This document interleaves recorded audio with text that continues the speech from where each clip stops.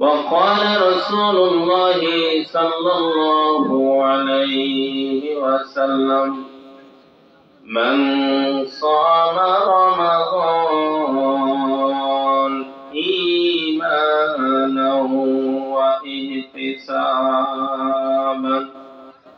غفر له ما تقدم من ذنبه أو كما قال النبي صلى الله عليه وسلم আজ থেকে বহু বছর আগে এই দুনিয়ার বুকে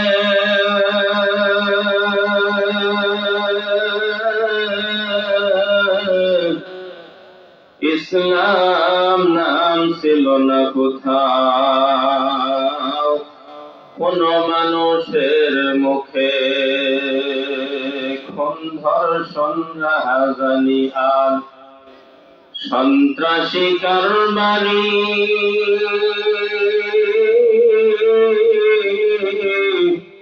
ভোগ্যপণ্য ছিল সেখানে।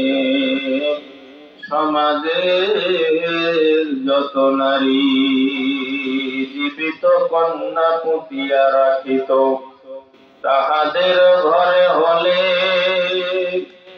মায়েরা কিছুই বলতে পারে না, ভাসিত নয়ন জলে। এমন সময় বিশ্ব নবী এলেন ধরার বুকে, সকল বেদনা ভুলিয়া মানুষ পড়ল কালেমা মুখে। আওয়াজ দিয়ে সকলে বলে লা ইলাহা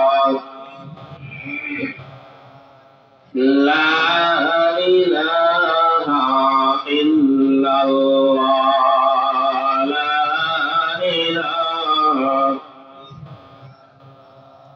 লা ইলাহা। চাঁদ সূরজ আর গ্রহ তারা আমার আল্লাহ নামের পাগল পারা। আমার আল্লাহ নামের এতই দয়া,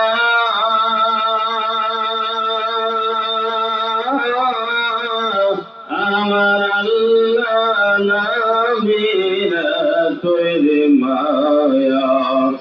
লুকিয়ে রাখছেন যে আল্লাহ, লা ইলাহা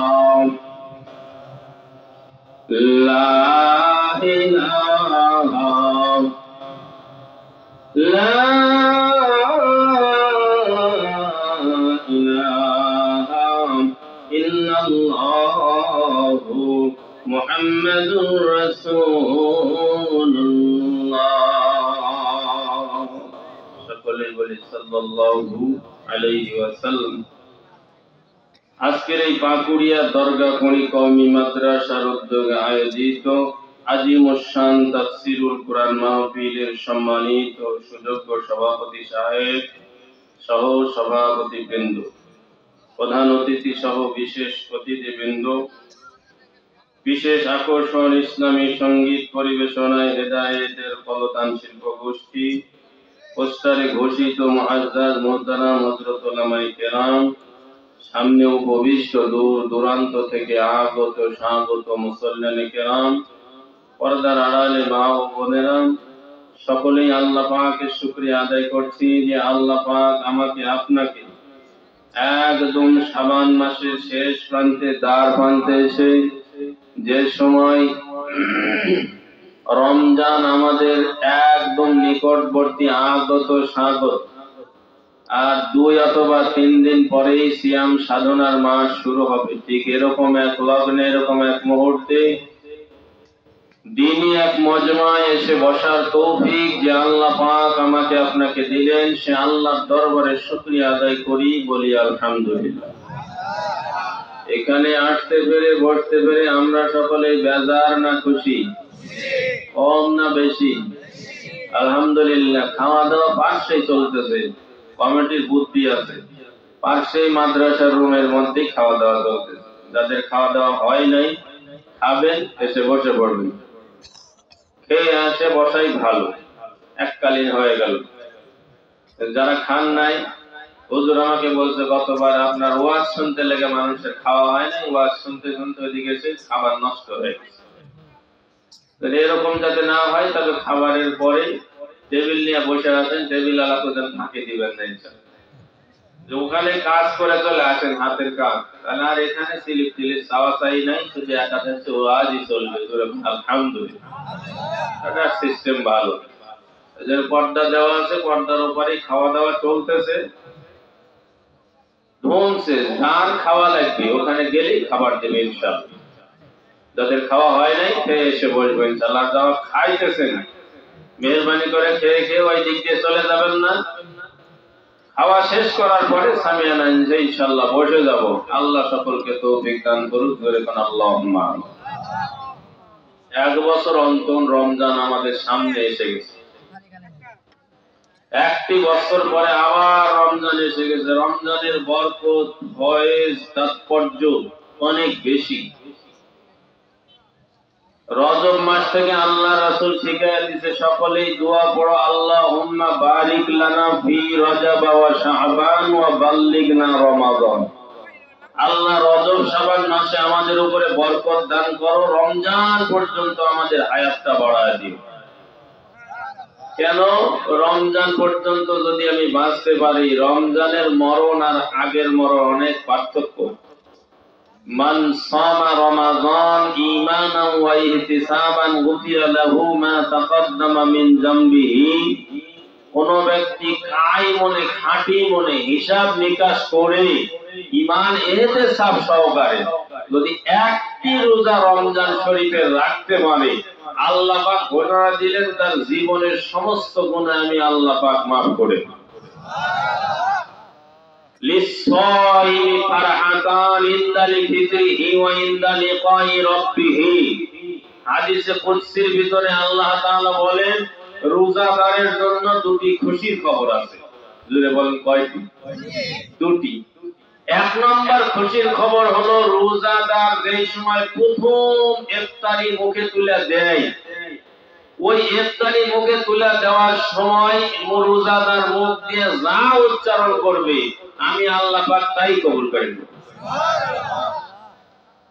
কিন্তু ওই সময় তো দোয়া করা বাদ দেয়, ইয়া ওয়াসিআল ফাজলি ইগফিরলি, এই দোয়া পড়ার কথা বলা হয়েছে, কিন্তু না বলে লিয়াই ভোট লিয়াই পানি লিয়াই দোয়া কর, দোয়া ঘর কয় মিনিট আছে এগুলা করতেই সময় চলে শেষে এমনি দোয়া পড়া বাদ দিয়ে খাজুর মুখ দেয়।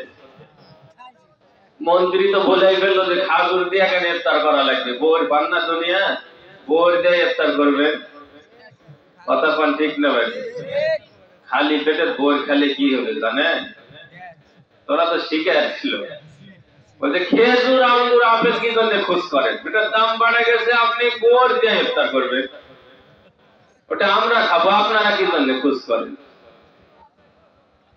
আমি সেই কথা ওই দিকে আর যাচ্ছি না। প্রথমেই আর যে আমি যেটা বললাম যে ওই সময় আল্লাহ পাক ঘোষণা দিয়েছে, হাদিসে কুদসি মানে ডাইরেক্ট আল্লাহই বলে দিয়েছে, ইনদালি ফিতরিহি ওয়া ইনদালি লিকাই রাব্বিহি। ইফতারের সময় বান্দা যা বলবে আমি তাই কবুল করি। তাহলে কমপক্ষে ওই সময় তো আমি বলতে পারি আল্লাহ জান্নাতে নসিব করো, জাহান্নাম থেকে মুক্তি দান করো, এই কথাটুকু বললেও তো বলতে পারি। ওয়া ইনদা লিকাই রাব্বিহি, আর আমার সাথে তাদের মোলাকাত হবে কিয়ামতের ময়দানে আরশের নিচে ছায়া যেখানে আছে, ওই ছায়ার নিচে আমি আল্লাহ পাক দস্তরখান বিছায়া আমি নিজে হাতে তাদের মুখে খাবার খাওয়াই। আল্লাহ যদি নিজে খাবার তুলে আমাকে দেয় তাহলে আমি আল্লাহর কতখানি প্রিয় পাত্র। কিন্তু রোজা থাকলে তো, না থাকলে তার কোনো ভালাই নেই। একমাত্র রোজা আল্লাহ বলেছে লিসসাইমি ফারহাতান ইনদা লিফিতরিহি ওয়া ইনদা লিকাই রাব্বি, দুটি খুশির খবর। আরেক জায়গায় বলে আস-সাওমু লি ওয়া আনা আজজি বিহি, রোজা শুধুমাত্র আমারই জন্য, আমারই ইবাদত, এর প্রতিদান আমি আল্লাহ পাক নিজের হাত দিয়ে দিই। তাহলে নামাজের প্রতিদান কি আল্লাহ দিবেন না? হজের প্রতিদান আল্লাহ দিবেন না? তো আল্লাহ পাক বলছে ওইগুলাও দিব, তবে মাধ্যমে মারফতে ফেরেশতার মাধ্যমে দিব। ফেরেশতাদেরকে বলবো নামাজ পড়ছে ঠিক আছে, আগে প্রতিদান দাও। আর রোজা আমি নিজে হাতে খাবার তুলে মুখে দিয়ে। কেন? বলছে যে নামাজ পড়ার ভিতরে একটু হলেও তাকাব্বুরি থাকে। যখন মসজিদে মানুষ বেশি ভিড় জমায় তখন আমার নামাজের রুকু সেজদা আরো লম্বা হয়, নামাজের রাকাত বাড়ে। আমি এদিকে দেখে আর 2-3 জন আছে, তাহলে আরো 2 রাকাত পড়ি, মানুষ যেন মনে করে আমি সবচাইতে নফল বেশি পড়ি। এটার একটা ভাব তৈরি হলো। আল্লাহ বলেন ওই ইবাদত দিয়ে তোমার কোনো কাজ হবে না। হজের ভিতরে এটা আছে। 7 লক্ষ টাকা লাগলো রে ভাই এবার হজ করে আসতে। কি মনে করলেন তুমি কম টাকা? ওখানে যাও যদি দেখে আসো, মানে বিভিন্ন 5,000 টাকা দিলাম আমার নামে, শুরুতে তুমি আলহাজ দেখলেন না, এটা কথা? 2 দিয়ে হজ করে আসে, হাজী সাহেব কেউ বললো না, সে 2 জন পরামর্শ করলো তুমি শহীদ বাজার স্থলের মধ্যে থাকো, আমি বিলকলে স্থলের মধ্যে থাকবো। আমার কাছে মোবাইল করবেন, হ্যালো হাজী সাহেব কেমন আছেন ভাই? আমি বলবো হ্যাঁ হাজী সাহেব আমিও ভালো আছি, প্রচার হোক। হাজী সাহেব প্রচার করার জন্য হজ করে আসে, এটার মধ্যেও রিয়া আছে। যাকাত দেয় ওই পল্টন ময়দানে ডাকালিয়া, বাড়ির দিলে দিতে পারে, গোপনে হাতের মধ্যে দিয়ে দিলে দিতে পারে না। মানুষ দেখবে ইউটিউবে ভিড় জমে গেছে, যাকাত দিচ্ছে অমুক দানবী, এত লক্ষ টাকা যাকাত দিল, ওই মাঠের মধ্যে ডাকালিয়া যাকাত দিল। মানুষ যাতে জানে যে আমি যাকাত দিলাম। এক কথায় যাকাতের মধ্যে অহংকার আছে, রিয়া আছে। নামাজ পড়ার মধ্যেও অহংকার, রিয়া আছে। হজ করার মধ্যেও অহংকার, রিয়া আছে। রোজার ব্যাপারে এই জিনিস নাই। তুমি রোজা থাকলেন কি না থাকলেন, একমাত্র আল্লাহ ছাড়া দুনিয়ার কোন মানুষ বোঝার কোন কায়দা। ঘরের জানালা দরজা সব কিছু বন্ধ করে দিয়ে আমি যদি এক খাল খাইয়া দেয় 26 নম্বর, গোটা দুনিয়া ঘুরে বেড়াই, মিশাই টুপি মাথা দিয়া খালি কেন বরবার খালি কোন বেজন, মানে আমার ঠোঁট খালি শুকে আছে খিদার ছুটে, কিন্তু এক খাল যে বসা আছে দিকে কেউ জানে না। ইফতারের আগে খালি ঘড়ি যাকে কয় মিনিটের বার আছে আর কয় মিনিট আছে রে বাবা, বিষয় হয় পাড়াপাড়ি। আল্লাহ ভালো জানে যে আমি রোজা আসি না না আসি। এই জন্য আল্লাহ পাক বলছে আস-সাওমুলি ওয়া আনা আজজি বিহি, রোজা আমার জন্য, এর প্রতিদান আমি আল্লাহ পাক নিজে হাতে দিব। সুবহানাল্লাহ। রোজার মাসে আল্লাহ পাক প্রথম আসমানে নেমে আসেন, ডেকে ডেকে বলতে থাকে আলা মিন মুস্তাগফিরিন ফাগফির লাহু, আলা মিন মুস্তারজিকিন ফারজুক লাহু, আলা মুবতালিয়ান ফাআফিয়া লাহু, আলা কাযা হাত্তা মাতলাইল ফাজ। প্রথম আসমানে নেমে এসে বলে কারো অভাব থাকলে আমি আল্লাহকে বলো, আমি তোমার অভাব চিরতরে দূর করে দিব। কারো চাকরি হয়নি, চাকরির কথা আমার কাছে আবদার করো, আমি তোমার চাকরি দিয়া দেব। তোমার অসুখ কোনদিনও ভালো হয় না, তোমার যে অসুখ আছে দুনিয়ার কোন মানুষের কাছে তুমি বলতে পারো না। আমি আল্লাহ পাক প্রথম আসমানে নেমে আসছি তোমার কথাগুলো শোনার জন্য। তুমি বলো আমি তোমার কথা শুনবো, অসুখ বিসুখ থেকে সেবা আমি আল্লাহ পাক দান করে দিব। এই জন্য আপনাদেরকেও বলি, আমরা সকলেই যেহেতু সেহরি খাওয়ার জন্য উঠাই লাগবে, সেহেতু ওই সময় 2 রাকাত নামাজ যদি আমি আপনি আদায় করতে পারি, 2টা হাত যদি আল্লাহর দরবারে তুলতে পারি, আর 2টা চোখের কোনা দিয়া 2 ফোঁটা পানি যদি ফেলাইতে পারি, আল্লাহর কাছে যা চাইবো আল্লাহ সেটাই দেওয়ার জন্য প্রস্তুত থাকবে। আত্মার রুমি হোক রাজি হোক জানি, कुछ हाथ में नहीं आता मगर सहरुल लयाली। রুমি রুমি হয়েছে ফরিদউদ্দিন আত্মার, আত্মার হয়েছে ইমাম গাজালি, ইমাম গাজালি হয়েছে একমাত্র শেষ রাত্রি জাগরণ করে তাহাজ্জুদের নামাজ ছাড়া কেউ আল্লাহর ওলি হয় নি। জোরে বলেন, ও কেউ আল্লাহর ওলি হয়নি। আল্লাহর ওলি হওয়ার জন্য কিছু বৈশিষ্ট্য লাগবে। একজন মানুষ মেম্বারে দাঁড়াইলে হতে পারবে কিনা তো সন্দেহ আছে, চেয়ারম্যানে দাঁড়ালে হতে পারবে কিনা তা সন্দেহ আছে, এমপিতে দাঁড়ালে হতে পারবে কিনা সন্দেহ আছে। কিন্তু একটা জিনিসের ব্যাপারে কোনো সন্দেহ নাই, একজন লোক যদি দাঁড়িয়ে যায় আমি আল্লাহর ওলি হব, তাহলে এই লোকটা হতে পারবে, এটার মধ্যে কোনো সন্দেহ নাই। ওলি যদি কেউ হতে যায়, এমপি হতে পারবে কিনা জানি না, মন্ত্রী হতে পারবে কিনা জানি না, মেম্বার হতে পারবে কিনা জানি না, তবে যদি কেউ আল্লাহর ওলি হতে চায় তাহলে এটা দুনিয়াতে হয়ে যেতে পারে। সার সংকেত কথা, আল্লাহর ওলি হয়েছে দুনিয়াতে। তার একজন নমুনা আমি আপনাকে দিয়ে আমার আলোচনা শুরু করব। ইব্রাহিম ইবনে আদহাম, এই লোকটার নাম আপনারা সকলেই শুনেছেন। একজন বাদশাহ ছিলেন। এই বাদশাহ দুনিয়ার রাষ্ট্র পরিচালনা করতে গিয়া, দুনিয়ার রাষ্ট্র পরিচালনা করতেন। হঠাৎ একদিন উনি তার বাদী, তার দাসী যেটা ছিল, বাড়িতে রেখে জঙ্গলের মধ্যে গিয়েছেন হরিণ শিকার করার জন্য। শিকার থেকে ফিরে এসে ওই বাদী যখন সে শিকার করতে গিয়েছিল ঘরের মধ্যে ঢুকে পড়েছে। ঘরের মধ্যে ঢুকে দেখে যে তার খাট, যে খাট ফুলসজ্জার মতো খাট, গদি, নরম জাজিম বিছানো আছে।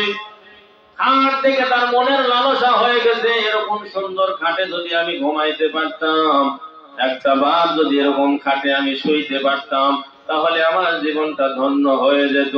ডানেও তাকিয়ে দেখলো বাদশা নাই, বামেও তাকিয়ে দেখলো কোনো বাদশা নাই, কোনো জনমানব নাই। জনমানবহীন ওই রুমের ভিতরে বাদী একটা বার টেস্ট করার জন্য, স্বাদ গ্রহণ করার জন্য ওই নরম তুলতুলে জাজিমের উপরে একটাবার শুয়ে পড়েছে।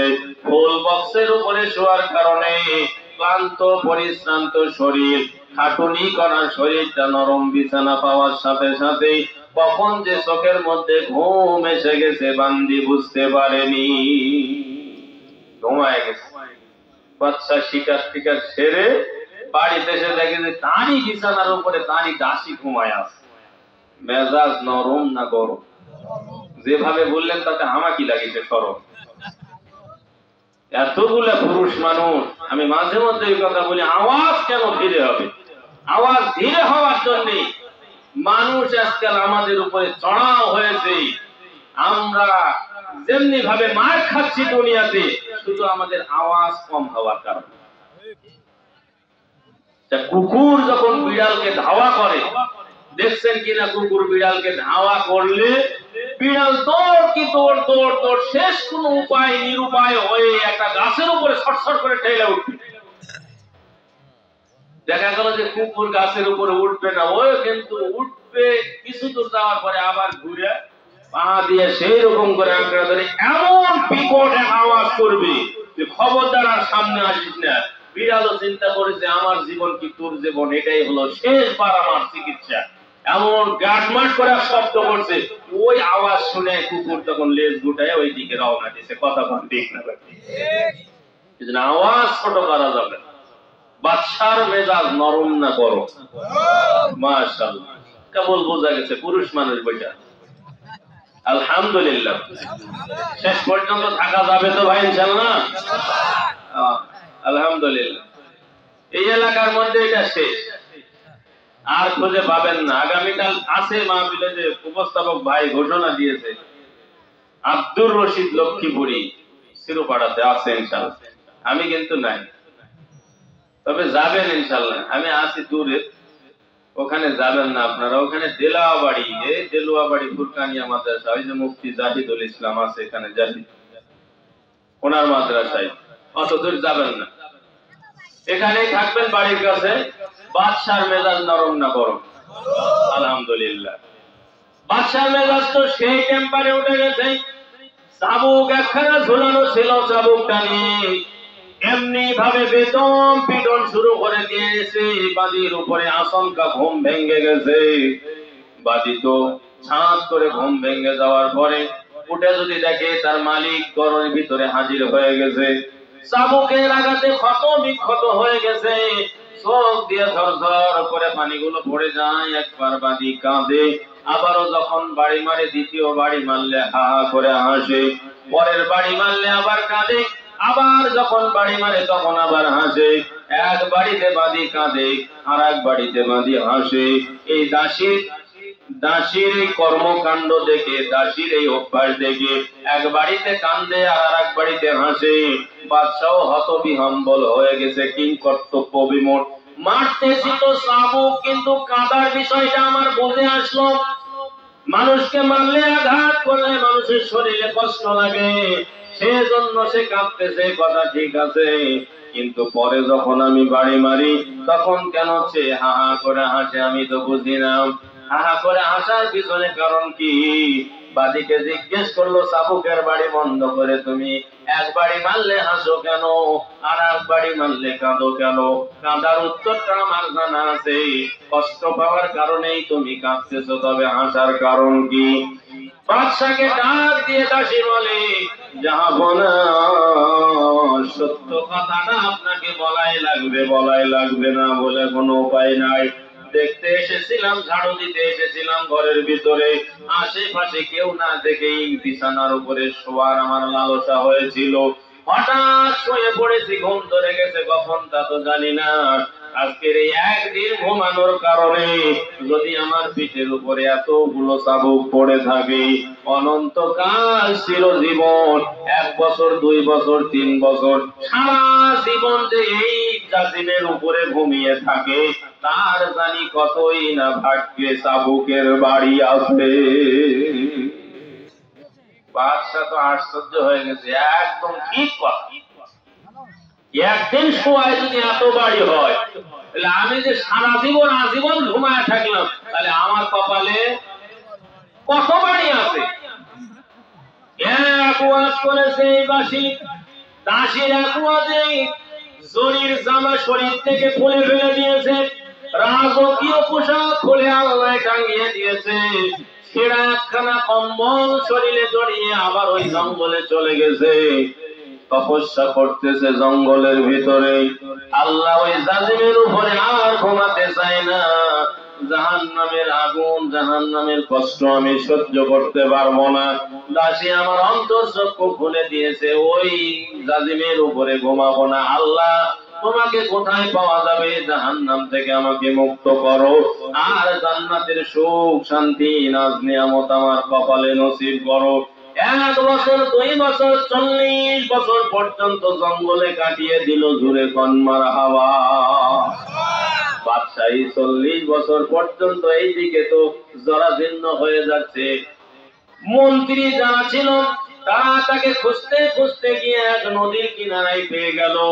নদীর কিনারায় গিয়ে এই বাদশাহ ইব্রাহিম ইবনে আদমকে যদি দেখে, যে কম্বলটা নিয়ে বাড়ি থেকে বের হয়েছিল, কম্বলের মাঝ বরাবর ফেটে গেছে, ছিঁড়ে গেছে, সুই আর সুতা দিয়ে মাঝখান বরাবর আবারও সেলাই করতে আছে, ওই সেলাই করা কম্বলটা আবার শরীরে জড়াবে বলে সকলে গিয়ে অনুরোধ করলো, বাদশাহ, আপনি যদি রাজ দরবারে ফেরত না যান তাহলে তো দরবার চলে না, অতএব চলেন ফেরত যাই, রাজ দরবার অচল হয়ে যাচ্ছে, চলেন যাই, ফেরত চলে যায়।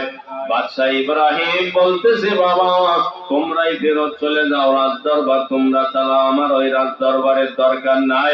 কারণ আল্লাহ পাক এই 40 বছরের সাধনায় আমাকে যে বাদশাহী দিয়েছে, এই বাদশাহীর তুলনায় ওই বাদশাহী কিছুই না।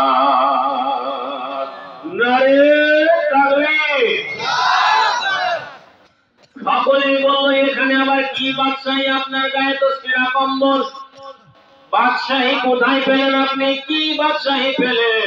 বাদশাহীর তো কোনো নমুনা আমরা দেখতে পাইতেছি না। বাদশাহ ইব্রাহিম ইবনে আদম বলল, আমার এখন কি বাদশাহী আল্লাহ দিয়েছে, আমাকে এখন কি রাজা আল্লাহ বানিয়ে দিয়েছে, তোমরা কি দেখতে চাও কিনা? সকলেই বলল, দেখান তো আপনি কিসের বাদশাহ হয়েছে। সেই সুই দিয়ে কম্বলটা সেলাই করতেছিল, সুইটা ছুঁড়ে মেরেছে নদীর বুকে।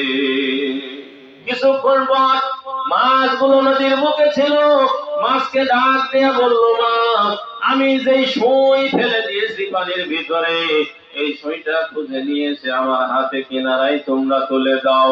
এমপি মন্ত্রী যারা পাশে ছিল বলল যে এটা তো পাগলের প্রলাপ, পাগলে কি না বলে, ছাগলে কি না খায়, একটা সই তো পাতলা জিনিস পানির অতল গহ্বরে ডুবে গেছে, এইটা খুঁজে পাওয়া, তালাশ করে পাওয়া সম্ভব নয়, মাছ কোথা থেকে সই নিয়ে এসে দিবে। কিছুক্ষণ পর দেখা গেল হাজারো মাছ একটা করে স্বর্ণের সই, জুড়ে বলেন কিসের সই? স্বর্ণের একটা করে সই পানির কিনারায় নিয়ে এসে হাজির হয়ে গেছে।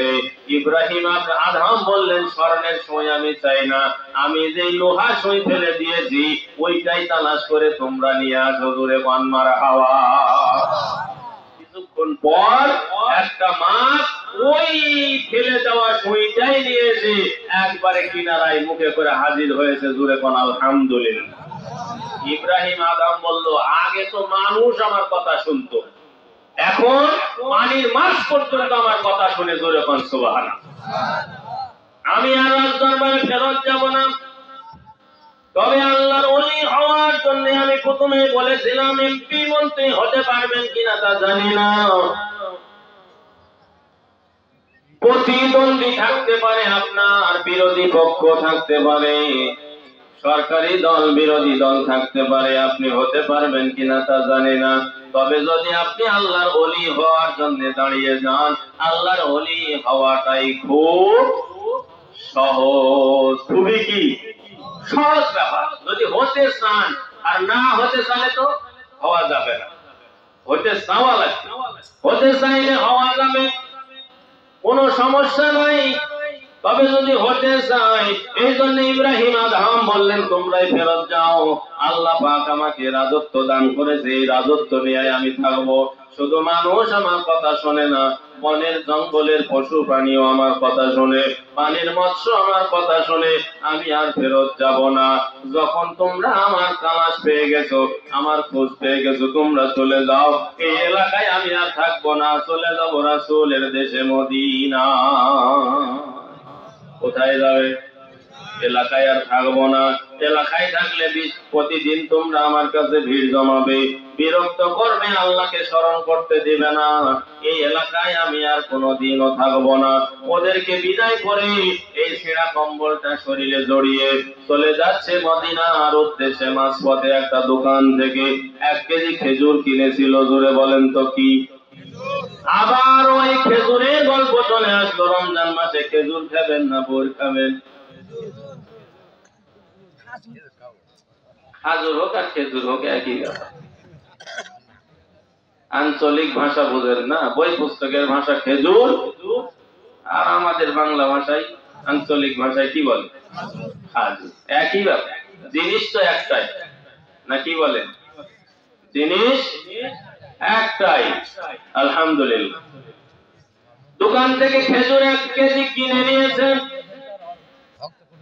তার যে থলে ছিল চামড়ার ব্যাগ, ওই চামড়ার ব্যাগ যখন পেতে দিয়েছে, মুখটা খুলে ধরেছে, মুখটা মেলে ধরার সাথে সাথে দাঁড়িপাল্লা যেটা ছিল সেইটাতে 1 কিলো 1 কেজি খেজুর মেপে দোকানদার ওই ব্যাগের মধ্যে যখন দিয়ে দিবে, দিয়ে দেওয়ার সময় ওই কুঠুরিতে বা ওই ডালির উপরে যে খেজুর গুলো সাজানো ছিল, দাঁড়িপাল্লার বাড়ি লেগে একটা খেজুর মাটিতে পড়ে গিয়েছিল।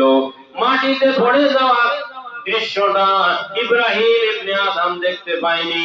উনি মনে মনে ধারণা করেছিলেন খেজুর যেটা ওজন করা হয়েছে, ওজন করা খেজুরটাই বুঝি মাটিতে পড়ে গেল, অতএব এটা তো আমার কিনা খেজুর, মাটি থেকে তুলে মুখের মধ্যে দিয়ে দিয়েছিল।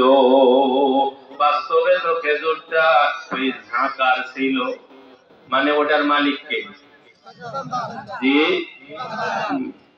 টেকনাফ থেকে তেতুলিয়া পর্যন্ত আমাদের দেশেও আছে একটা ফল, যেটা আম ভাবে ইজনে আম করে দেওয়া হয়েছে, মানে ব্যাপক ভাবে অনুমতি দেওয়া হয়েছে, এটা মালিকের মালিকানা থাকে না, গাছ থেকে যখন খসে যায়। সেই জিনিসের নাম হলো তাল। কি জিনিস? তাল।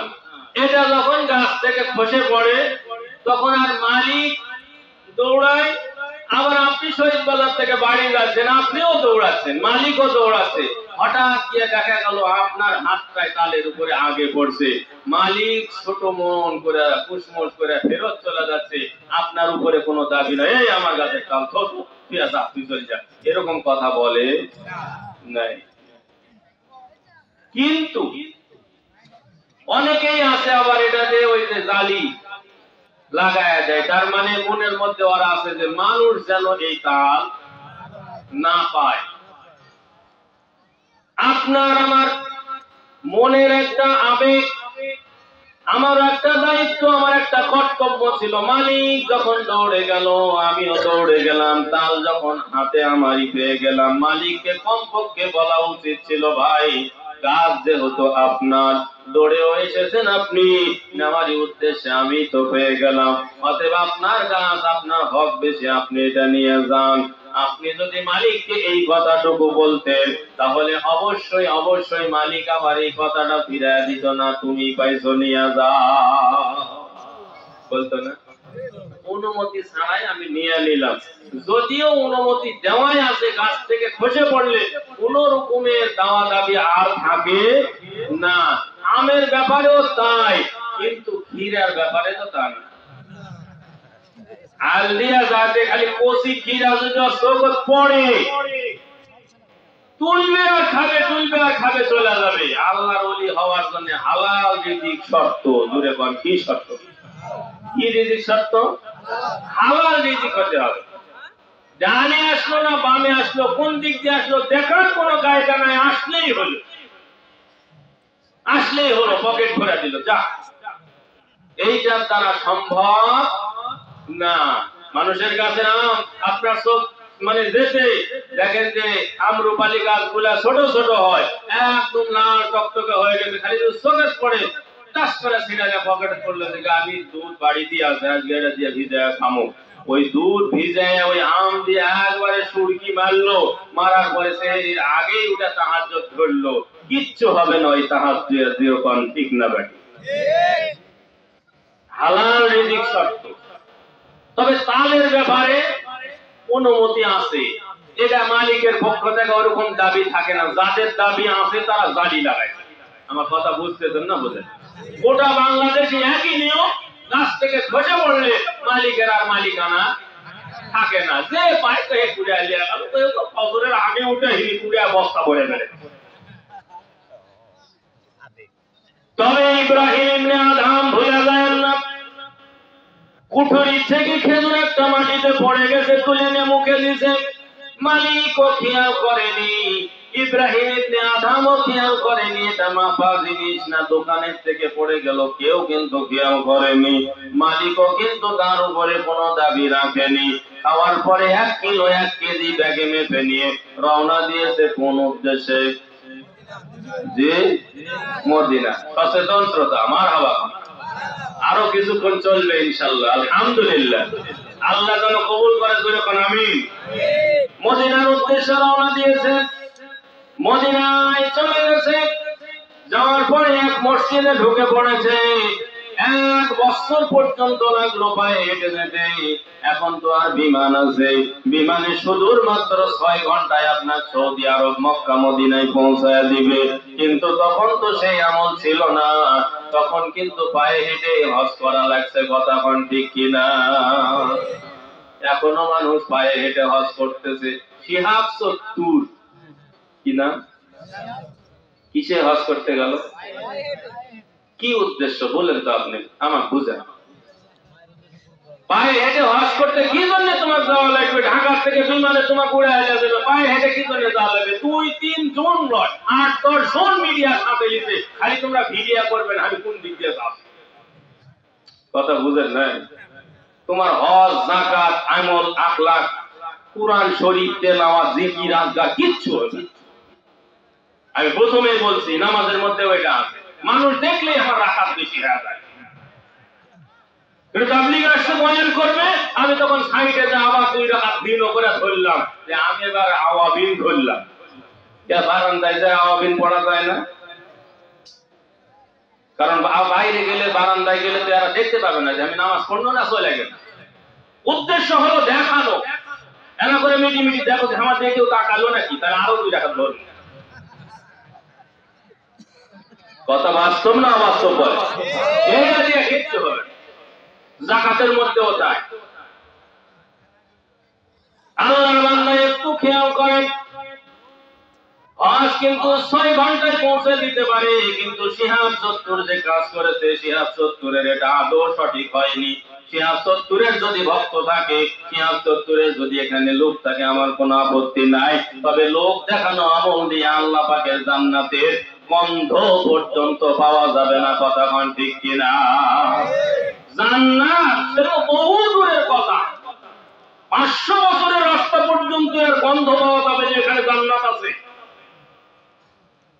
ও জান্নাতের গন্ধ পর্যন্ত পাওয়া যাবে না মানুষকে দেখানোর জন্য বলে।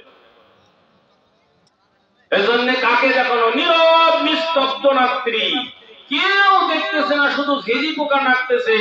ওই সময় উঠে আমি যদি তাহাজ্জুদ পড়তে পারি তাহলে কোনো কাজে লাগবে, নতুবা মানুষকে দেখানো হলে কাজে লাগবে না। অনেকেই আসি মাশাআল্লাহ, তাহাজ্জুদ গুজার আসি, পড়ি না, পড়া একবারে যে এলাকা খালি যায় তা না, পড়ে অনেকে, কিন্তু পড়ার পরে যখন ওই উঠলো, ওই টিউবওয়েল আছে, জাকাত জাকাত জাকাত জাকাত এমন এক আওয়াজ করে আর ঢিলা ধরিছে যে মানুষ ওই এলাকার তুলপাড় হয়ে গেছে যে আপনার রুটিছে এবার তাহাজ্জুদ পড়বে। আমার দিয়ে বলি, কাউকে বলে নাম করে, তখন বললে যে আমার কথা বললো কেন? আমার কথা দিয়ে আপনি বুঝে নেবেন। এক হলো গলা খাগারে মানুষ জানা দিল যে আমি উঠেছি তাহাজ্জুদ পড়ার জন্য, তাতে তো মানুষ শুনতে পেল না যে উঠেছে। টিউবওয়েল এমন ভাবে বদলায়, একবার না পানি দিয়ে পানি তোলা শুরু হলো, গোটা এলাকা তুলপাড় হয়ে গেল যে এবার উঠেছে ওই তাহাজ্জুদ পড়বে। দুইবারেও যখন হলো না, মানুষ যখন জানলো না, ফজরের নামাজ পড়ে ওই দোকানে যা বলল যে শুকনো সাল বল বলো যে কে রাত্রে ঘুম পাড়েননি, এখন কি জন্য শুধবেন? কেবল তো মানুষ ঘুমের থেকে উঠলো, তো বলে তোরে মতো 3টার থেকে উঠে জিকিরটা হচ্ছে। তারপর ওখানে এক প্রচার হলো, গলা খাকার এক প্রচার হলো, টিউবওয়েলে পানি বলতে লাগে এক প্রচার হলো। কতবার আর মানুষ জানার লাগবে যে আমি পড়ি, এটা দেওয়া হবে। মাঝে মধ্যে জিজ্ঞেস করবে, আমার কিন্তু ইয়া হয় না, মানে এলাম না দিয়াও আমি জায়গা পাওয়া যায়, প্রতিদিন এলাম না দিয়াও পড়ি আমি। তোমার পোলা লাগে কি জন্য এলাম না দিয়ে তুমি জায়গা, মানে কথা পোলা লাগে, পোলা লাগে তাড়াতাড়ি আমি ঘুমায় যাই, বা কি জন্য ঘুমায় যান? তো বলে তাছাড়া ওই সময় উঠতে আমার সমস্যা হয়, তাহাজ্জুদ পড়তে অসুবিধা হয়। মানে কয়বার আর প্রচার করে নেবেন যে তুমি পড়ে? বুঝতেছেন আমার কথাগুলো? যদি বুঝতে পারেন তাহলে আমার স্বার্থ, আর না বুঝলে একদমই বিফল। হাজির বাড়ির জামাই বিয়া করছে হাজির বাড়িতে, হাজির বাড়ি একটা নামডাক আলাদাই আছে, কিন্তু ওই হাজির বাড়ির বউলিয়া বেড়াতে গেছে। হাজির বাড়ির তো কামলা পর্যন্ত, লেবার পর্যন্ত সকলেই নামাজি, সবাই আসরের নামাজের সময় ওই বৈঠকখানাকে ওরা অক্তিয়া মসজিদ বানাইছে, মসজিদের মধ্যে সবাই যা নামাজ পড়লো, কিন্তু জামাই ওই ঘরের মধ্যে বসে আছে, ওই বাড়ায় নামাজও পড়েনি। বের হয়ে জামাতে তো জামাইও দেখলো না, জামাই কোনটা গেল, তো ঘরের মধ্যে বসে আছে, নামাজ পড়বে না। হাজির বাড়ির জামাই নাম নাম তো সব শেষ। ঘুরতে ঘুরতে ঘুরতে ঘুরতে ওই কথা আর কানে গেছে, হাজির বাড়ির জামাই তুই নামাজ পড়িস না, তুই মান সম্মান আছে, বাপ শ্বশুরেরও মান সম্মান তো লুটে পড়ে গেল। তো বলে আচ্ছা ঠিক আছে। রাত্রে উঠিছে, রাত্রে মানে যখন এশার নামাজ পড়ে সবাই ঘুমায় গেছে, ওই কিন্তু ঘুমায়, ওই ঘুমায় জায়গায় আছে যে কিনা সকলে এশার নামাজ পড়ে খাওয়া দাওয়া করে কেবলই কাঁচা ঘুম ধরিছে, 10টা 11টা বাজে গেছে, ঘুম ঘুম ভাব। প্রথমেই যায় শ্বশুর শাশুড়ির দরজা ডাকতেছে, ওঠো, এই বাড়িতে সব খুলে ঘুমায় গেছে, একজন তাহাজ্জুদ গুজার নাই, কেউ নাই তাহাজ্জুদ গুজার, তাহাজ্জুদ পড়ো সবাই, তাহাজ্জুদ পড়ো, উঠো, হাসির বাড়ির কোনো তাহাজ্জুদ নাই, কিন্তু নাই। সব দরজাটা বুঝিয়ে বাবারে ঠিকই। সকালবেলা উঠে তো একটা সাড়া পড়ে গেছে, বললো কে বললো নামাজ পড়ে না? তখন একটা বাথরুমের না কোনো কায়দা বেকায়দা হয় নামাজ পড়তে পারেনি, তাছাড়া তাহাজ্জুদ গুজার নামাজ আমারও তামানো কাজকে টাকা দিতে, কে বললো যে জামাই নামাজ পড়ে না? মাথা মিলকেতে মিলকেতে শাশুড়ও বলছে যে বেঠিক বলতেছে যে যাক মা তুই ভাগ্যে একটা জামাই মিলিছে, খুবই তাহাজ্জুদ গুজার নামাজ তো 5 ওয়াক্ত কাজা নাই তো। বলছে কথা ঠিকই বলছেন, কিন্তু যত দূর বলেছেন অত দূর লয়। ওই কি জন্য যে জায়গা দিচ্ছে এখানে হামি যায়, রাত ধরে গেছে, তার মানে হাত বললো বে নামাজিটা কিন্তু ঘুম ভাঙাম কিভাবে দেখ যতদূর বলেছেন ততদূর তুমি প্রচার করবে, যেটা চাচ্ছে শতদূর তুমি যাইতে পারেননি। কথা কন ঠিক না ভাই? তোমার চেহারা দেখলে বোঝা যাবে তুমি কত দূর। চেহারার মধ্যে একটা নূর ঝলকিবে, বলা লাগবে না মুখ দিয়ে, এমনিতেই আল্লাহ প্রচার করে দিবে। কথা কন ঠিক না ভাই? আল্লাহর কোন বান্দা যখন আল্লাহ প্রিয় পাত্র হয়ে যায়, আসমানে ডিক্লার করে দেওয়া হয়, ডিক্লারেশন করে দেওয়া, ও ফেরেশতারা শোনো, আমি ওই লোকটাকে বড় ভালোবাসি, এটা হলো আমার প্রিয় পাত্র, আমার প্রিয় বান্দা। তোমরা ফেরেশতারা শোনো, তোমরা সকলে এই আমার বান্দার প্রতি রহমত নাজিল করতে থাকো। এলাকা ভিত্তিক গোটা দুনিয়াব্যাপী এলাকার মধ্যে প্রচার করে দাও, ডিক্লারেশন করে দাও, ওই লোককে যেন সকলেই মহব্বত করে, এই হলো আমার প্রিয় পাত্র। তোমাক মুখ দিয়ে গাও হামানা লাগবে না, আর জিকির টানার কথা বলা লাগবে না, গেলাম ছাড়াই তুমি উঠতে পারে কথা বলা লাগবে না, ডালমে কুছ কালা হয় এই কথার মধ্যেও তোমার রিয়া আছে। কথা বল, এই কথার মধ্যেও তোমার অহংকার আছে। ইব্রাহিম ইবনে আদম মনে আছে না ভুলে গেছে? মদিনায় চলে গেছে, মসজিদে ঢুকে পড়েছে। ঢোকার পরে ঈশান নামাজের পরে মসজিদেই ঘুমায় গেছে, পায়ে হেঁটে হজ করে চলে গেল মদিনায়। ওই এলাকায় যাওয়ার পরে মসজিদে ঈশান নামাজের পরে যখন ঘুমিয়ে গেছে, 1 বছর পর্যন্ত পায়ে হেঁটে গেল, অনেক দিনের রাস্তা, অনেক দূর রাস্তা হেঁটে দিয়ে যখন ঈশান নামাজের পরে ঘুমিয়ে গেল, ঘুমানোর পরে স্বপ্ন যোগে 2 জন ফেরেশতা তার কাছে হাজির হয়ে গেছে। সাদা ধবধবে 2 জন পোশাক পরিহিত লোক এসে বলল, এই লোকটা বড় ভালো মানুষ, পায়ে হেঁটে মদিনায় চলে এসেছে, রাজত্ব ছেড়ে দিয়েছে। আরেকজনকে বলতেছে সাদা পোশাক পরিহিত, সবকিছু ঠিক আছে, রাজত্ব ছেড়ে দিয়েছে, 40 বছর পর্যন্ত আল্লাহ ধ্যান করে আল্লাহর নৈকট্য লাভ করেছে, আল্লাহর ওলি হয়েছে, কিন্তু 1 বছর পর্যন্ত এই লোকটার ইবাদত বন্দেগী আল্লাহর দরবারে কবুল হয় না। কতদিন পর্যন্ত? জোরে বলেন। 1 বছর পর্যন্ত কবুল হয় না। ইতিপূর্বে ভালো ছিল, 1 বছর ধরে কোন ইবাদত বন্দেগী আল্লাহর কাছে পৌঁছে না, এটা ঝুলন্ত অবস্থায় আছে, কেন জানি না। বললে আরেকজন জিজ্ঞাসা করতেছে একে অপরে, ওরা 2 জনে কথা বলা বলি করতেছে, 1 বছর পর্যন্ত কেন তার ইবাদত আল্লাহর দরবারে কবুল হয় না। আরেকজন আবার উত্তর দিল, ওই যেই জায়গা থেকে সে রওনা দিয়েছিল, ওই জায়গাতে এক দোকান থেকে খেজুর কিনেছিল 1 কেজি। খেজুর গুলো তার থলের মধ্যে নেওয়ার সময় দোকানদারের কুঠুরি থেকে একটা খেজুর মাটিতে পড়ে গিয়েছিল। দোকানদারও এটা খেয়াল করেনি, সেও খেয়াল করেনি এটা তার কিনা খেজুর নাকি দোকানদারের খেজুর। মাটি থেকে তুলে সে মুখে দিয়েছিল, দোকানদারের অনুমতি সে নেয়নি। ওই খেজুর খাওয়ার পরের থেকে কোনো ইবাদত আল্লাহর দরবারে কবুল হয়নি। আম দিয়া যে আপনি দুধ খালেন, সেই দুধের কি হবে? যতদিন পর্যন্ত হারাম খাবার খেয়ে রক্ত মাংস তৈরি হবে, ওই রক্ত মাংস জাহান্নামের ভিতরে যাবে। আর ওই রক্ত যতদিন পর্যন্ত শরীরের মধ্যে থাকবে, কোন ইবাদত বন্দেগী আল্লাহর দরবারে কবুল হবে না। আল্লাহর ওলি হওয়ার জন্য কি রিজিক শর্ত? হালাল রিজিক শর্ত। হালাল রিজিক খেতে হবে। হালাল রিজিক যদি আমি আপনি খাই, হালাল রিজিক যদি অন্বেষণের তালাশে থাকি, হালাল রিজিকের ধান্দায় যদি থাকি, আল্লাহ কোন দিক দিয়ে না কোন দিক দিয়ে আপনাকে দিয়ে দিবে আপনি বুঝতে পারবেন না। আপনি হয়তো মনে করলেন হারামে কিন্তু আরাম বেশি। হারামে কি বেশি? হারামে আরাম বেশি, কিন্তু হারাম ভক্ষণকারী জান্নাতে প্রবেশ করবে না, জাহান্নামে তার শরীর যাবে। এই জন্য ভাইজান খুব খেয়াল করে শোনা লাগবে, হারাম রিজিক বাদ দিয়ে হালাল রিজিক অন্বেষণ করতে হবে। কতক্ষণ ঠিক কিনা? আজ থেকে অনেকদিন আগের কথা, সালটা আমার মনে নাই, ঢাকাতে গিয়েছিলাম কাকরাইলে। ওইখানে গিয়া কাকরাইল থেকে বের হয়ে আসছি, যখন একটু ঘুরে দেখি উত্তর আর ওইদিকে এক বন্ধুর কাছে যাব, বের হয়ে এক রিক্সাওয়ালা বলতেছি যে চাচা যাবেন? তো বলে কোথায় যাবেন? আমি উত্তরার ওই জায়গাতে যাবো। বলে যাবো, চড়েন, উঠে পড়ে।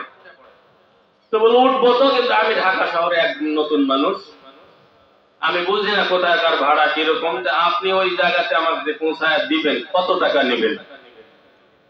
তো বললো যে বাবা যা দিবেন দিও, আমি হজ করে আসার পরের থেকে আর কারো কাছে ভাড়া চাই নি। কিন্তু ওই লোক কি চালায়? রিক্সা চালায়। আমার যে কথা বললো যে হজ করে আসার পরের থেকে মানুষের কাছ থেকে আর ভাড়া কি করি না, চাই নেই না, যে যা দেয় দিল, এইটা দিয়ে আমি চলতেছি। আমি তো আশ্চর্য হয়ে গেলাম, আপনি রিক্সা চালায় কি করে হজ করলেন? এটাই তো আশ্চর্য।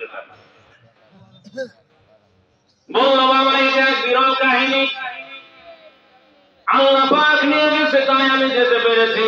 তোমার মতো এরকম দুইজন হুজুর আমার রিকশায় একদিন উঠেছিল, মোহাম্মদপুর মাদ্রাসায় যাওয়ার জন্য ওরা গিয়েছিল। মোহাম্মদপুর মাদ্রাসায় আল্লামা আজিজুল হক রহমাতুল্লাহি আলাইহি দুনিয়া ছেড়ে চলে গেছে। বুখারী শরীফের 7 খণ্ডে যিনি তাফসীর করেছেন, ব্যাখ্যা লিখেছেন বুখারী শরীফের, এই আল্লামা আজিজুল হক মামুনুল হকের আব্বা, উনি তখন বয়ান করতেছিলেন মজমার ভিতরে মোহাম্মদপুর মাদ্রাসায়। দুইজন হুজুর গিয়েছিল ওই মজমায়, আমি রিকশা চালকও গিয়েছিলাম। ওখানে গিয়ে ওদেরকে নামে দেওয়ার পরে দেখি এরকম এক বিশাল মজমা ভরে গেছে, বয়ান করতেছে আল্লামা আজিজুল হক সাহেব। আমার সবাই যখন ওখানে বসে গেল, আমারও মন কেমন জানি বললো মজমায় কি আলোচনা হচ্ছে, কি বয়ান হচ্ছে, আমি একটু শুনি। রিকশাটা তালা মেরে দিয়ে এক সাইড করে রেখে আমিও মজমার মধ্যে বসে গিয়েছিলাম।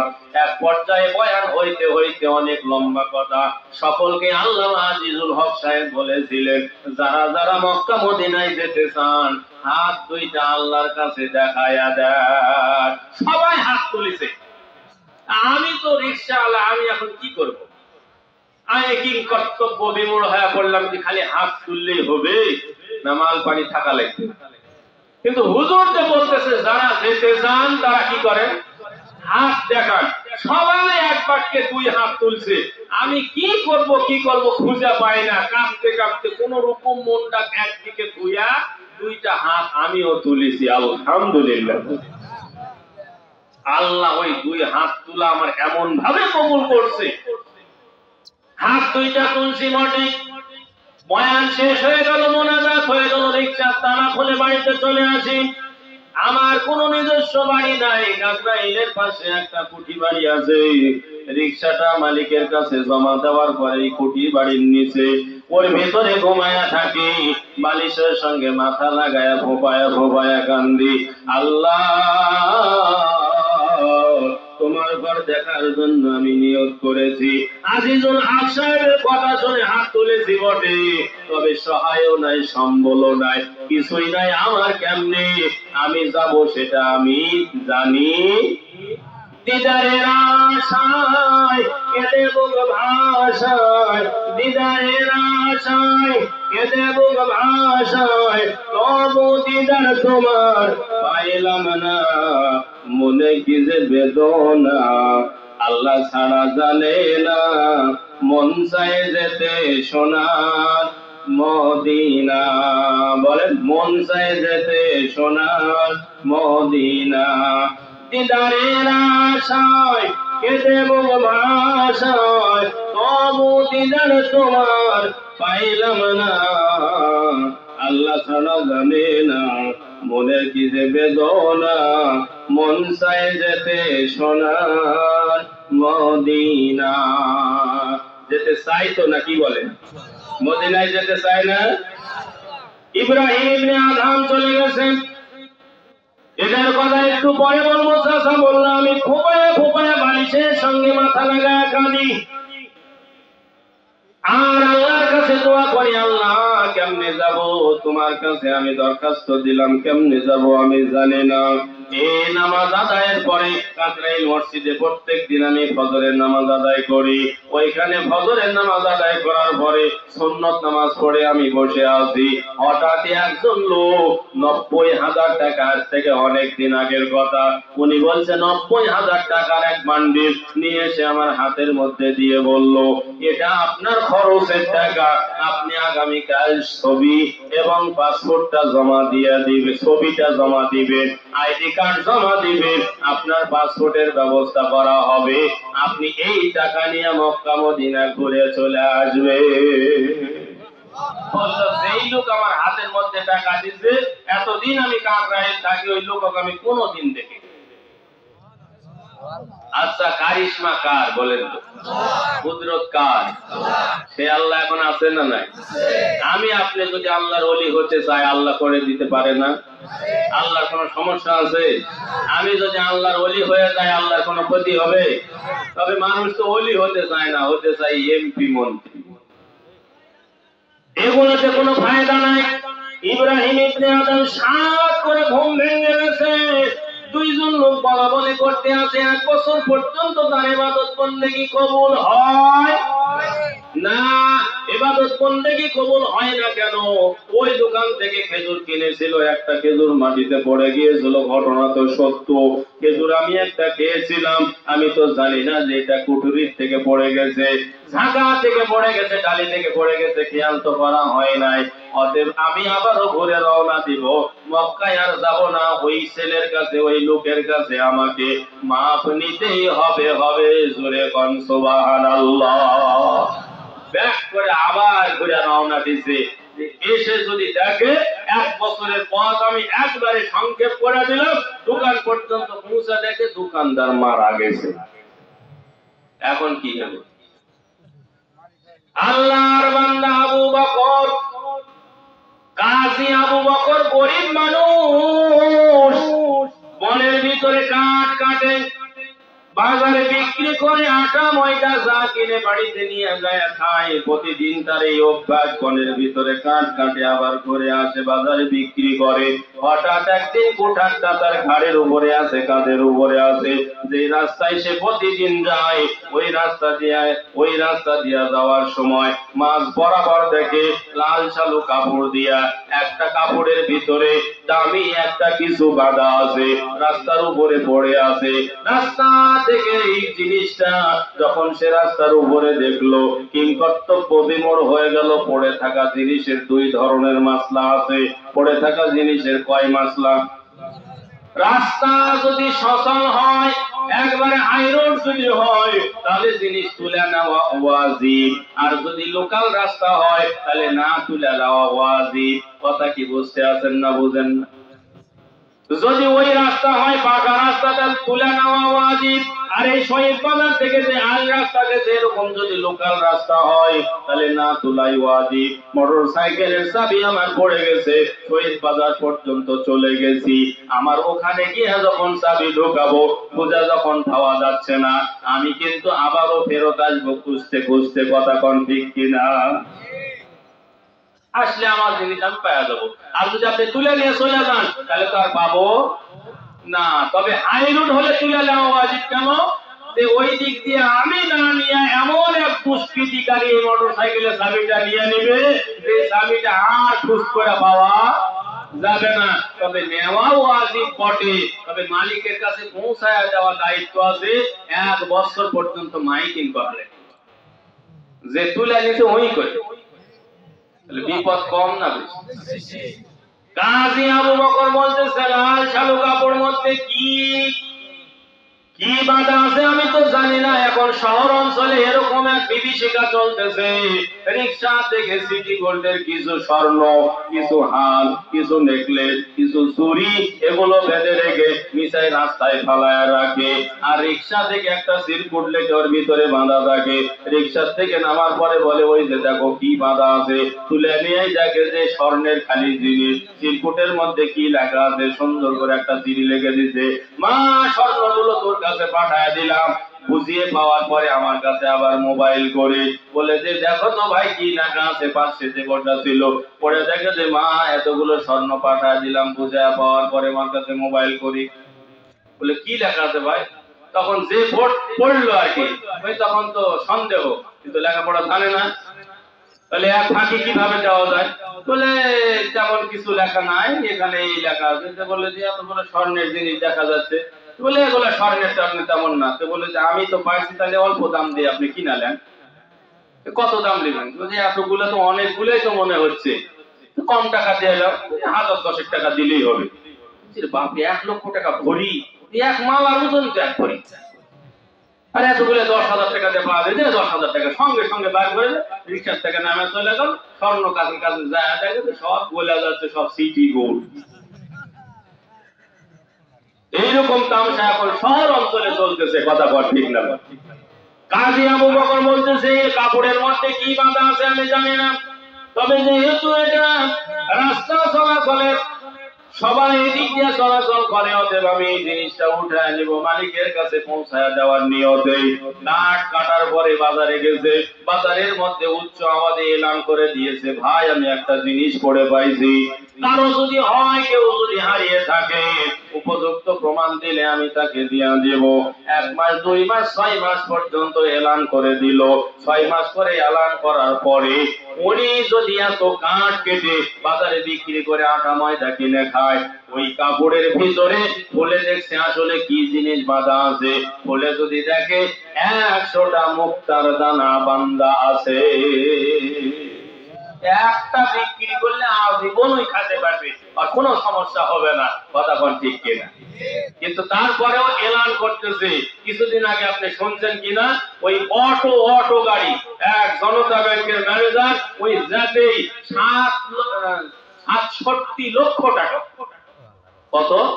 67 লক্ষ টাকা অটো বুরাকের উপরে বাজার করা, বেশ সেল লাগানো আছে অবশ্য, বুরাকের উপরে তুলে নামে চলে গেছে। এই বুড়া গলা মাইক দুইটা বুড়াকের উপরে বাঁধে গোটা পটুয়াখালীতে ঘটনা, গোটা পটুয়াখালী উনি মাইকিং করছে যে আমি কিছু টাকা পড়ে পাইছি, যার হবে তাই উপযুক্ত প্রমাণ দিলে দিয়ে দিব। ওই ব্যাংকের ম্যানেজার তুমি আশ্চর্য হয়ে গেছে যে আমার তো কিছু টাকা হারায় গেছে, পরে যে বলছে কত টাকা ছিল, উনি ঠাই ঠিকানাই বলে দিচ্ছে 67 লক্ষ টাকা ছিল। বলছে আপনার কথা ঠিক আছে, টাকাগুলো আমি পাইছি, ঘুরে পান আলহামদুলিল্লাহ, সমস্ত টাকা ফেরত দিয়ে দিচ্ছে। বলছে 1 লাখ টাকা তুমি নাও করে, বলছে না আমি প্রতিদান নিতে চাই না, আপনার জিনিস আপনার কাছে ফেরত দিতে চাইছি, আমি রিক্সা চালা খাবো তা ওই টাকা নিব না। আলহামদুলিল্লাহ বললেন না? তো আপনি মনে মনে বলতেছেন খালি আমি পালে হই, খালি আসুক না গঞ্জেলা বাড়ি লটারি, দেখবেন যে কত মানুষ এই লটারি কাটার জন্য প্রস্তুত ব্যস্ত হয়ে গেছে। বাজারের মধ্যে ওই 10টা টিকিট কাটার পরেও যখন মোটরসাইকেল পাইলো না, তখন বলছে আজকে যায় আবার 10 টাকা। আমি বলছি যে এত যদি না পান, তো বলছে যতদিন ওরা থাকবে আর আমি না পাবো ততদিন কাটতেই থাকো, তাতে যা আছে হোক। বলছে কাটা দিয়ে হারাম, হোক হারাম, আমি কাটবো, কথা কোন দিন এইরকম মন মানসিকতা হলে হবে? 67 লক্ষ টাকা পাওয়ার পরে ফেরত দেয়, কিরকম মন মানসিকতা থাকলে, কথা কর ঠিক না? কাজী আবু বকর খুলে দেখলো 100টা দানা মুক্তার দানা, একটা বিক্রি করলে সারা জীবন খেতে পারবে, কিন্তু আবারও বেঁধে রেখে দিয়েছে নমুনা দেখার জন্য কে কোন কথা বলে।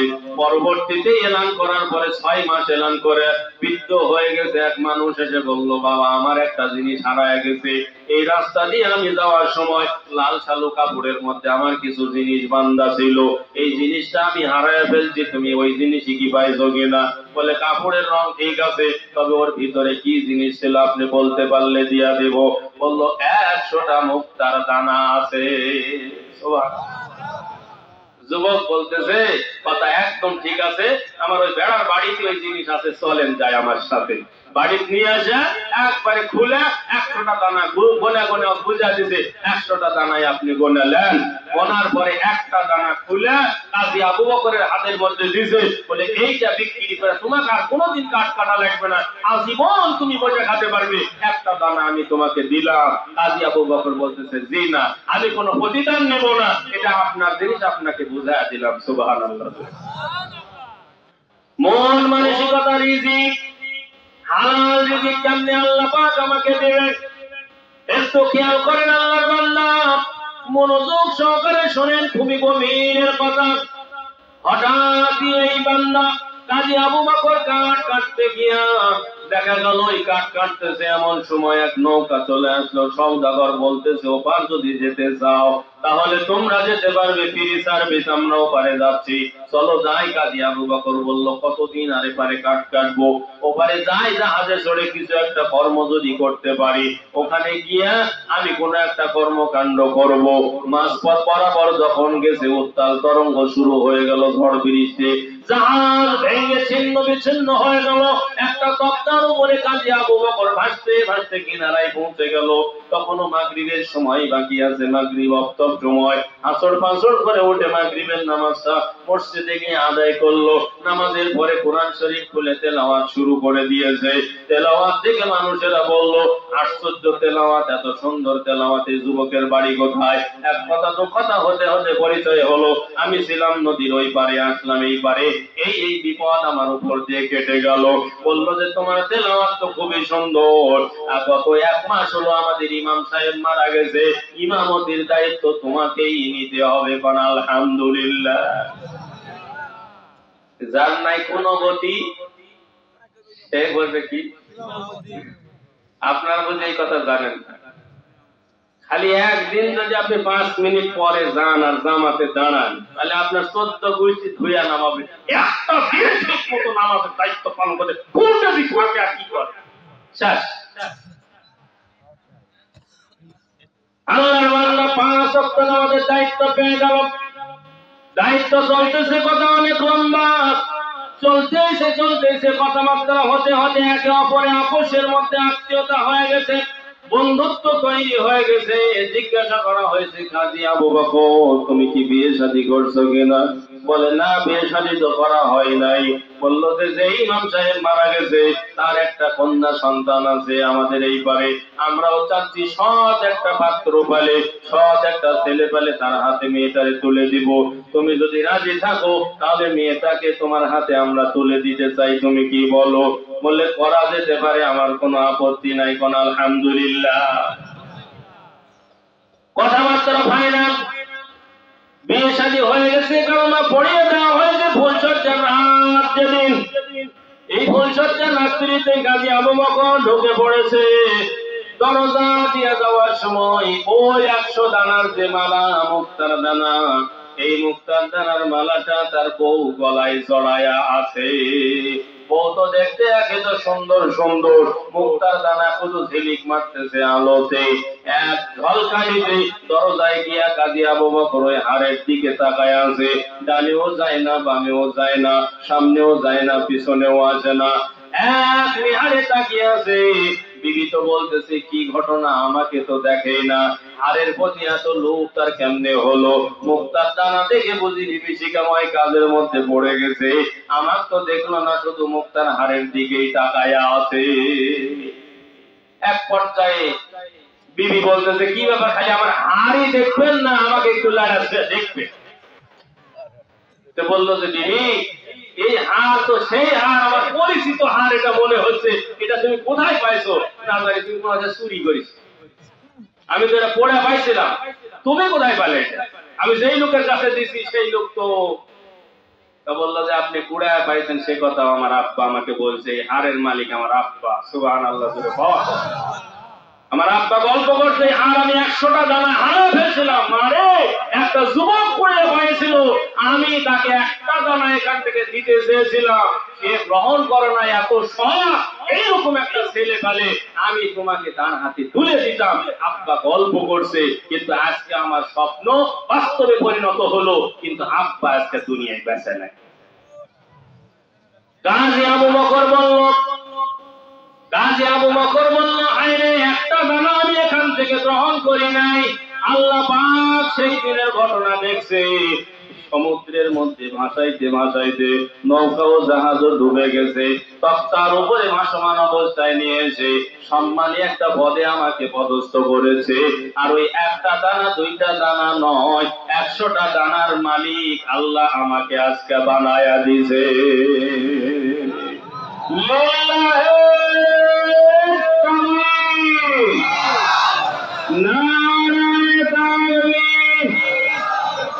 আল কোরআনের আলো, আল হাদিসের আলো,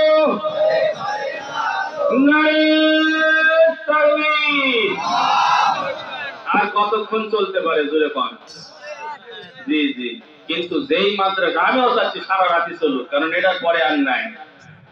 আমিও চাচ্ছি প্রধান বক্তা আর আমি ঘুমায় যাক, আমি চালাতে থাকি, আমার ওয়াজ কিন্তু শেষ হবে না। কথার নাম্বার এই যে বলতেছে সামনে টানে লাও, আসেন সামনের দিকে আসতে থাকেন, একটু আগান একটু আগান। ওই যে পিছনে দাঁড়ায় আছে তো মানুষ, ওই যে অনেক মানুষ দাঁড়ায় আছে।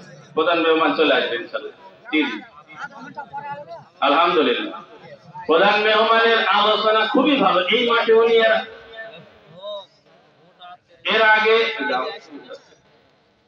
আগে উনি এইভাবে কথা বললে আমার তো মনে হচ্ছে শুনতে পাচ্ছেন না আপনি। আগেরটা ঠিক ছিল না, এখন ঠিক? আগেরটা ঠিক ছিল, আমিও তো বুঝতে পারতেছি। আলহামদুলিল্লাহ। প্রধান মেহমান যিনি এই মাঠে, উনি কি হলো ভাই, উঠে চলে যাচ্ছেন যে? শেষ হয়নি তো কথা। আরে ইব্রাহিম ইবনে আদম আসা থেকে মালিক মরে গেছে, কি যে বিভীষিকাময় অবস্থা। আপনি বসেন, প্রধান মেহমান আলোচনা আমি শুনছি, এর আগে এই মাঠে আলোচনা করছেন উনি, খুব সুন্দর, খুবই সুন্দর প্রাঞ্জল ভাষা, সাদা মাটা আমারই মতো একবারে আঞ্চলিক ভাষায় উনি কথা বলতে পারে, খুব ভালো কণ্ঠ। আলহামদুলিল্লাহ, মাশাআল্লাহ, খুব ভালো। অল্প সময়ের মধ্যে এসে যাবে ইনশাআল্লাহ।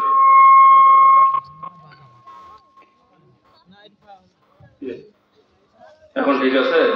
আচ্ছা আচ্ছা, বলবেন না আগে? আলহামদুলিল্লাহ। সাইদি সাহেব একটা ওয়াজ করছিল যে এক সময় ট্রেনে যাওয়ার সময় রাত 9টার সময় ট্রেন ছিল, উনি গিয়ে বসে আছে ট্রেনে, চড়বে বলে, ট্রেনে যাবে, কিন্তু যাওয়ার সময় দেখলো যে 9টা বাজলো, 10টা বাজলো, 11টা বাজলো, 12টা বাজলো, ট্রেন আসেই না। শেষ পর্যন্ত উনি ওকে ঘুমায় গেছে। সকাল হয়েছে ফজরের নামাজের পরে 7টা, 8টা, 9টা বাজলো, তখন ট্রেন আসলো। উনি আক্ষেপ করে আবেগে বলছিল, 9টা ট্রেন ঠিক আছে, তবে গতকালেরটা আজকে আসে। এতক্ষণ ওয়াজ করার পরে মাউথ পিসের সুইচ দিচ্ছে। যাই হোক, বিলম্বে হলেও সদয় হয়েছে আর কি, এজন্য আরেকবার বলি আলহামদুলিল্লাহ। প্রধান মেহমান আসবে ইনশাআল্লাহ। আমি যে কথা বলছিলাম যে উনি আসা যাবে, আমিও চাচ্ছি আরো কিছু কথা আমি বলি, কারণ শেষ যেহেতু আমার আবেগ আমি ঝাড়া ফেলি, কোথাও সময় পাই না। তবে যে কারখানার উদ্দেশ্যে জালসা, খাওয়া দাওয়া কিন্তু চলতেছে, প্রথমে আমি বলছি খাইয়া আসা বসবেন। আমি ওই কথা বললেন, খাইয়া আসছে না যেয়ে খাবেন, তার মানে ওই একই কথা, খাবার দিবেন। খাইয়া আসছেন না যাইয়া খাবেন, তার মানে দুটো একই কথা। বাড়িতে যা খাওয়ার কথা মানে, আমি ওই কথা বলিনি, এখানে খাওয়া দাওয়া চলতেছে, খাইয়া আসা বসেন ইনশাআল্লাহ। কিন্তু এই কোরআনী কারখানা চলুক, আমরা সবাই চাই তো? সবাই বলেন কোরআনী কারখানা চালু থাকুক, আমরা চাই তো? কিন্তু দুঃখের একটা কথা আমি আজকে বলবো, শেষ কথা, যেহেতু এই এলাকার মধ্যে আর মাহফিল আছে কিন্তু আমি নাই, আমি বলতে হয়তো বা পারবো না, আগামী বছর পর্যন্ত আবার বাসা থাকবো কিনা তাও জানি না। শেষ কথা একটা বলে দিই, বলবো সত্য কথা বলি। আমার যে ডাইরেক্ট উস্তাদ, আমি যার কাছে কিতাব পড়ছি, ভদ্রলোক মারা গেছে, মাওলানা আশরাফ আলী, আশরাফুল ইসলাম, মহাদেবপুর থেকে এসে প্রায় 30 বছরের মতো জিন্দেগি এখানেই সে শেষ করে দিল, মারাই গেল এখানে। এই মাদ্রাসা শুরু, অনেকগুলো প্রতিষ্ঠান করছে, উনি এখানে একটা করছে, ব্রিজের মোড়ে একটা করছে, ওই উপর বাগড়াতে করছে, আমাদের বিলুদ্রাইলে কিছু কিছু শ্রম আছে তাদের, প্রথম এই এলাকায় তারাই আসছে, এটাতেও শুরু করছিল। কিন্তু আমরা তার কাছে ডাইরেক্ট ছাত্র, সে আমার উস্তাদ। এই মাঠে আমি তার সাথে, তার কথাতেও আমি বয়ান করছি, তার ছাত্র আমি। এই মাদ্রাসা থেকে মনে করেন হতে হতে হতে হতে আমার পড়াশোনা শেষ হলো। হওয়ার পরে আমি ঠাকুরমান্দায় গিয়ে একটা প্রতিষ্ঠান শুরু করতে, একবারে শুরু থেকে 2004 সালে শুরু। আমি আসছি বগুড়া থেকে 2004 সালে। এটা তো আরো আগেকার কথা, আমরা এখান থেকে শুরু করলাম। নাহিদ ভাই আছে, রুবেল ভাই আছে, ওনাদেরকে দেখে আমার পড়াশোনা আমি শুরু করছি। না জামিলে তাদের থেকেই পড়তো, হাফেজ হয়ে মাথায় টুপি দিয়ে পড়তো সুন্দর করে। আমি বলতাম, ভাই তোমার দুনিয়া আখেরা দুটাই হচ্ছে রে ভাই রে, আমরা হিন্দু পড়া যায় পারিবারিক পড়ি। হুজুরদের মানে পড়াশোনায় আমরা উদ্বুদ্ধ হয়েছি, পড়ছি। আমি যেই কথা বলি যে পরে এখান থেকে পড়ে যায় শেষ করে ঠাকুর মান্দাতে একটা প্রতিষ্ঠান প্রতিষ্ঠিত করতেছি। আল্লাহর রহমত, আপনাদের দোয়া, আপনাদের দোয়া। খুব কম মানুষই আমাকে দেখছেন ছাত্র নিয়ে আপনাদের এলাকায় বস্তা ব্যাগ নিয়ে ঘুরতে, জালসার সময় হাটে বাজারে আদায় করিনি। কথা বল ঠিক না? একটা মসজিদ করছি, 27 লক্ষ টাকা খরচ হয়েছে আমার এই হাত দিয়ে। 6টা ছাদ অলরেডি দেওয়া হয়েছে। বর্তমান 200 জন ছাত্র আছে, একটা বাবুর্চি চলতেছে, 5টা উস্তাদ আছে। বাড়তেছে না কমতেছে? বাড়তিতে আছে। কিন্তু আমার দুঃখ, আমি যেখানে পড়াশোনা করলাম, আমার উস্তাদ যেখানে শুরু করলো, ওই বুরকা নিয়ে তো বোরকা নিয়ে ওই সকালে বক্তব্য, সকালে বক্তব্য, আজও পর্যন্ত জামাত খোলা হলো না। কথা বল ঠিক না? ওই একদিন ঢালাই দিয়ে তুলে দিছে গেট বিম, আসেই তো আছে, গেট বিমই চলতেছে। তার মানে আমার একটা বারো স্পৃহা ভিতরে হয় না যে আমি ওইটাতে সাথ দিই, প্রতিষ্ঠানটাকে উত্তর উপরে তুলি। মন কোন সময় বলে এইভাবে খায়, ওয়াজ আপনি করতেই থাকেন, সারা রাত ওয়াজ করেন, ওটা কিলাওতে কিলা, টাকা দিতে রাজি না। ঠিক না? গেট বিম পর্যন্ত আছে, ওটাই থাকে, ওটা মাটির মধ্যে ঢাকা পড়ে যায়। এটাই তো মনের আশা, না কি বলে? টাকা মানুষ দিছে। ওই একটা কথা আমি মাহফিলে বলছি, কোন এক মাহফিল আমার মনে নাই, ওই কথাটা আবার রিপ্লে করে আজকে শোনাবো। ঠাকুর মান্দার মানুষের মন দিল দেখে, প্রতিষ্ঠান এত উন্নতি হওয়ার পিছনে কারণ কি? ঠাকুর মান্দাতেই বাস করে। এক ভদ্রলোককে আমি টেলিফোন করে বলছি, ভাই 27 লাখ টাকা দিয়ে মসজিদ করেছি, 12টা নয় 24টা ফ্যানের হুম ছাড়া দিয়েছি, ফ্যান লাগবে 24টা। বলছে আমার কাছে কয়টা চাচ্ছেন তুমি? বলছে আমি 24টা হুম ছাড়িয়েছি, এখন আপনি কয়টা দিবেন? বলছে আমি 12টা দিন। আজকে মানুষ আছে সাইডে শুনতে পাবে। আপনার যদি বলা হয় একটা ফ্যান দেন তো, মসজিদের ছাত্ররা খুব কষ্টের মধ্যে আছে, মাদ্রাসায় একটা দিতেই খুব কষ্ট হবে, দিন মন নাই। বলবেন যে তুমি এখানকার লোক, ওখানে ঠাকুর মান্দা যায় ওরে খরচে এগুলো, তাই না? যেটা বাস্তব সেটা বলা লাগবে। কথা মান ঠিক? এত কম সময়ের মধ্যে 6টা ছাদ দেওয়া, যার একটার খরচ আমি বললাম 27 লক্ষ টাকা। আশ্চর্য কথা। এবারে গত 28 তারিখ আমার মাহফিল ছিল মাদ্রাসাতে, 262 মণ ধান কালেকশন আছে। গতবার বিক্রি করছি 350 মণ ধান। কি বলবো আপনি? আরো বাড়বে। জামাই ইমরান ভাই বলছে আরো বাড়বে। এবারে আমাদের টার্গেট আছে 400 মণ ধান কালেকশন হবে ইনশাআল্লাহ।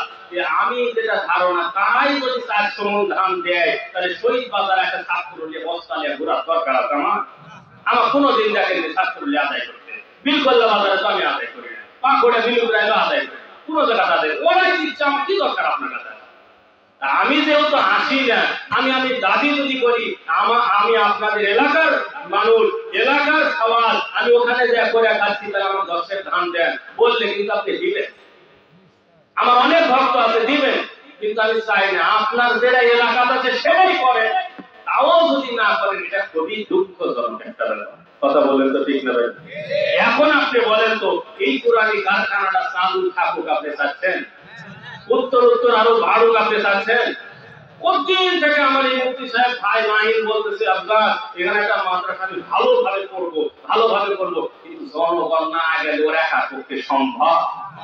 একার পক্ষে ওই কি করি? জনগণ যদি না চায়, আমার ওখানে জনগণের দিল মন ভালো, আওয়ামী লীগের লোক আছে, বিএনপির লোক আছে, স্বয়ং আব্দুল লতিফ শেখ ওখানে আছে, আবার ওই বিএনপির লোক আছে, একই মিটিং এর মধ্যে আলোচনা করছে, কোনো দ্বিধাদ্বন্দ্ব নেই, ক্লিকবাজি নাই, আঙুল দেওয়া নাই, কাঠি ভরা নাই, এগুলো এই জন্য এটার উন্নতি হচ্ছে। কথা বল ঠিক? আর আমি আপনাদের সকালবেলা উঠে ওরাই জালসা করলো, আর আমরা বাদ দিয়ে করলো, আমরা সারা বেটে আমাদেরটা শুনলো না। কথা বল খালি এই জন্য আমি প্রথমেই বলি, দুনিয়ার মুসলিম কি হও? এক হও। লম্বা টুপি খাটো টুপি এক হও। এটা মনের দুঃখে আমি কথা। এখন আপনি বলেন এই কারখানা চালু থাকুক, উত্তর উন্নতি হোক, চান কি চান না? তাহলে কোরআনের 30টা পারায় যেন টিকা থাকে। আল্লাহ পাক এই 30 পারা কোরআন শরীফে এলায়ে কালিমাতুল্লাহ, আল্লাহর এই কোরআনকে উদ্দীন হোক, দিন দিন এই কোরআন চালু হোক, কোরআনের হাফেজ এই মাদ্রাসা থেকে বের হোক, পাগড়ি পাক, বিভিন্ন মাদ্রাসায় পাগড়ি দেওয়া হচ্ছে, সনদ দেওয়া হচ্ছে, এই মাদ্রাসাতেও হোক। কত সুন্দর মাঠ, মানুষের মাদ্রাসার কাছে জালসা করার জায়গা পাচ্ছে না। আমাদের তো খোলামেলা জায়গা আছে। আল্লাহ পাক যেন এই মাদ্রাসাকে দাওরায়ে হাদিস পর্যন্ত কবুল করে তোরে কোন আল্লাহুম্মা। খুব বেশি কথা বলবো না, মাদ্রাসার কাজ চলতেছে, গেট বিল দেওয়া আছে, পিলার তোলা আছে। এই পিলারটা ঢাকা লাগবে, রডে বাতাস লাগা রড মোর্চা ধরে গেছে, হাওয়া লাগলে রড নষ্ট হয়ে যায়, না ঢাকলে ভিতর পর্যন্ত মোর্চায় খায়া ফেলা দিবে। এর জন্য অতি সত্তর এখানে একটা ছাদ দেওয়া দরকার, গাঁথনি করা দরকার। তার জন্য নগদ অনেক টাকার দরকার। একজন লোক দাঁড়ায় বলেন তো, এই ঘর গাঁথনি করতে যতগুলা সিমেন্ট লাগবে আমি সমস্ত সিমেন্ট দান করব। আছে কিন্তু বাড়ি দিবে না, দিবে? আমি সেদিন বলছিলাম না, রাজেন্দ্র বাড়ি আমরা ড্যাবরা বলে ডাকি, ওরা লবির হাজি একটা মসজিদ করেছে, ছোট্ট একটা মসজিদ, 2 কাতারের বেশি হবে না। ওই মসজিদে মাহফিল করতে আমাকে দেখা লেগেছে। আমি বললাম মসজিদের জন্য কে কি দিতে চান? 2-3 জন লোক বলছে যে যত ইট লাগবে আমি দিব, আর একজন যারা বললো যত সিমেন্ট লাগবে আমি দিব, আর একজন যারা বললো যে রড সিমেন্ট যখন হয়ে গেল তাহলে আমি যত বালু লাগবে সব দিব। আশ্চর্য কারবার। আমরা জাতিগত ভাবে আরো বলি কি মৎস্যজীবী, আরো খাস বাংলা আছে, ওটা আমি আর এই মাইকে বলবো না, ঠিক না? আরো নিম্ন ভাষা ব্যবহার করি। তাদের মন মানসিকতা যদি এরকম হয়, এমনি কি ওরা পালসার দৌড়াচ্ছে, প্রত্যেকটা শগুনা ডাকরার মানুষের 81 পালসার আছে। দেখেন ওই ছেলেপেলেকে, ওরা চুলের ব্যবসা, ভংসঙ্গের ব্যবসা করে পালসার গাড়ি নিয়ে ঘুরে বেড়াচ্ছে।